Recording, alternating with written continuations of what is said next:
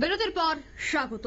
ত্রিপুরার গ্রাম উন্নয়নে এবার কেন্দ্র সরকারের অর্থ বরাদ্দ।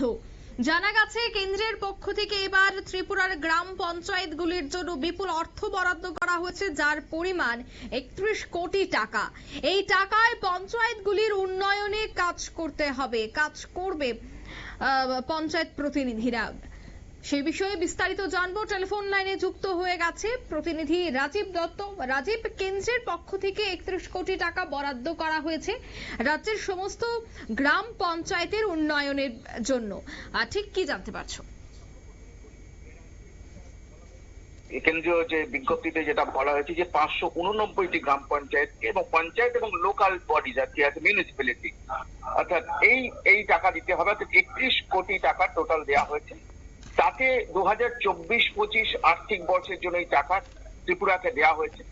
মূলত যে 15তম অর্থ কমিশন সেই অর্থ কমিশন যে সুপারিশ করেছিল, সেই সুপারিশের ভিত্তিতেই কিন্তু এই টাকাটা দেওয়া হয়েছে। এটা কিন্তু দ্বিতীয় কিস্তি, এর আগে একটি কিস্তি দেওয়া হয়েছে, এটা কিন্তু দ্বিতীয় কিস্তির টাকা, এই 31 কোটি টাকা দেওয়া হলো।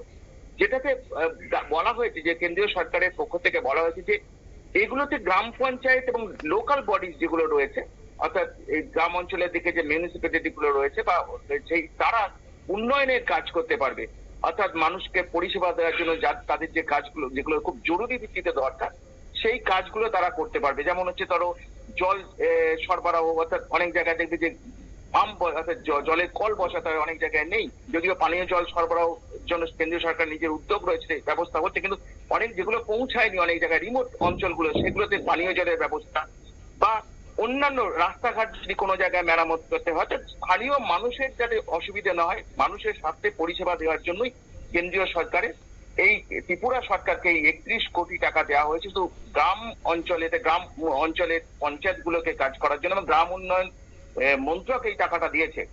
এবং শুধু তাই নয়, যেটা অভিযোগ সবসময় হয়, দেখো অঙ্কিতা, যেটা বারবার বলা হয় যে এর আগেও আমরা দেখেছি সংসদে বিভিন্ন দলে বিরোধীরা সবসময় চিৎকার চেঁচামেচি করেন যে কেন্দ্রীয় সরকার তারা অবিজেপি শাসিত রাজ্যগুলোকে তারা বঞ্চিত করে। কিন্তু এখন যদি দেখো যে দুটি সরকারকে তারা টাকা দিয়েছে গতকাল, একটি হচ্ছে ত্রিপুরা সরকার আর একটা হচ্ছে কর্ণাটক সরকার। কর্ণাটকের সরকার প্রশাসন কে চালাচ্ছে নিশ্চয়ই জানো যে সেখানে কংগ্রেস সরকারে রয়েছে। সেই সরকারকেও কিন্তু 404 কোটি টাকা দেওয়া হয়েছে 5375টা গ্রাম পঞ্চায়েতের এলাকার উন্নয়নের জন্য। অর্থাৎ ত্রিপুরা এবং কর্ণাটক এই দুটি সরকারকে এই টাকাটা দেওয়া হয়েছে যাতে সার্বিকভাবে গ্রাম বিকাশের কাজ করা যায়। কারণ বহু জায়গা রয়েছে যেখানে আর্থিকভাবে পঞ্চায়েতগুলো কাজ করতে পারে না, অর্থের জন্য কাজ করতে পারে না। এই দিকে তাকেই কিন্তু এই টাকাটা দেওয়া হয়েছে। যেটা বলা হয়েছে যে বিজ্ঞপ্তিতে বলা হয়েছে ত্রিপুরা সরকারের যেটা বলা হয়েছে যে এইগুলোকে যে এলিজেবল পঞ্চায়েত কোনগুলো, অর্থাৎ তাদের খতিয়ে দেখতে হবে যে কোন পঞ্চায়েতগুলোকে এই টাকাগুলো দেওয়া উচিত। কারণ কোথায় ঠিকঠাক কাজ এখনো পর্যন্ত বাকি আছে, যে টাকার অভাবে কাজ করতে পারছে না বা মানুষের পরিষেবা দিতে পারছে না, সেই বিষয়টা তারা খতিয়ে দেখেই কিন্তু সেই সমস্ত পঞ্চায়েতগুলোকে কিন্তু এই টাকা তারা দেবে। অর্থাৎ এই 31 কোটি টাকা থেকে তারা ভাগ বন্টন করবে তো বিভিন্ন পঞ্চায়েতকে। সেই টাকাগুলো অগ্রাধিকারের ভিত্তিতে এইভাবে করা হয়েছে যে আগে কাদের পাওয়া উচিত, জরুরি ভিত্তিতে কাদের পাওয়া উচিত, তাদের কি কি কাজ বাকি আছে, কারণ টাকার অভাবে পরিষেবা ব্যাহত হচ্ছে, সেই ভিত্তিতেই কিন্তু দেওয়ার নির্দেশ দেওয়া হয়েছে।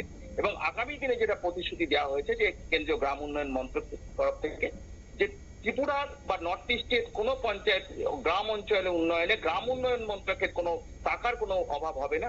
তারা সবসময় এই নর্থ ইস্টের মানে এই রাজ্যগুলোর পিছনে দাঁড়াবে, অবশ্যই ত্রিপুরার পিছনে দাঁড়াবে। অঙ্কিতা, ধন্যবাদ।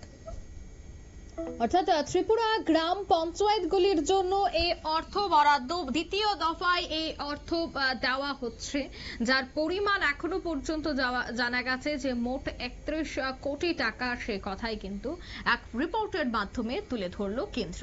নিয়ে নিচ্ছে ছোট্ট একটি বিজ্ঞাপন বিরতি, সঙ্গে থাকুন।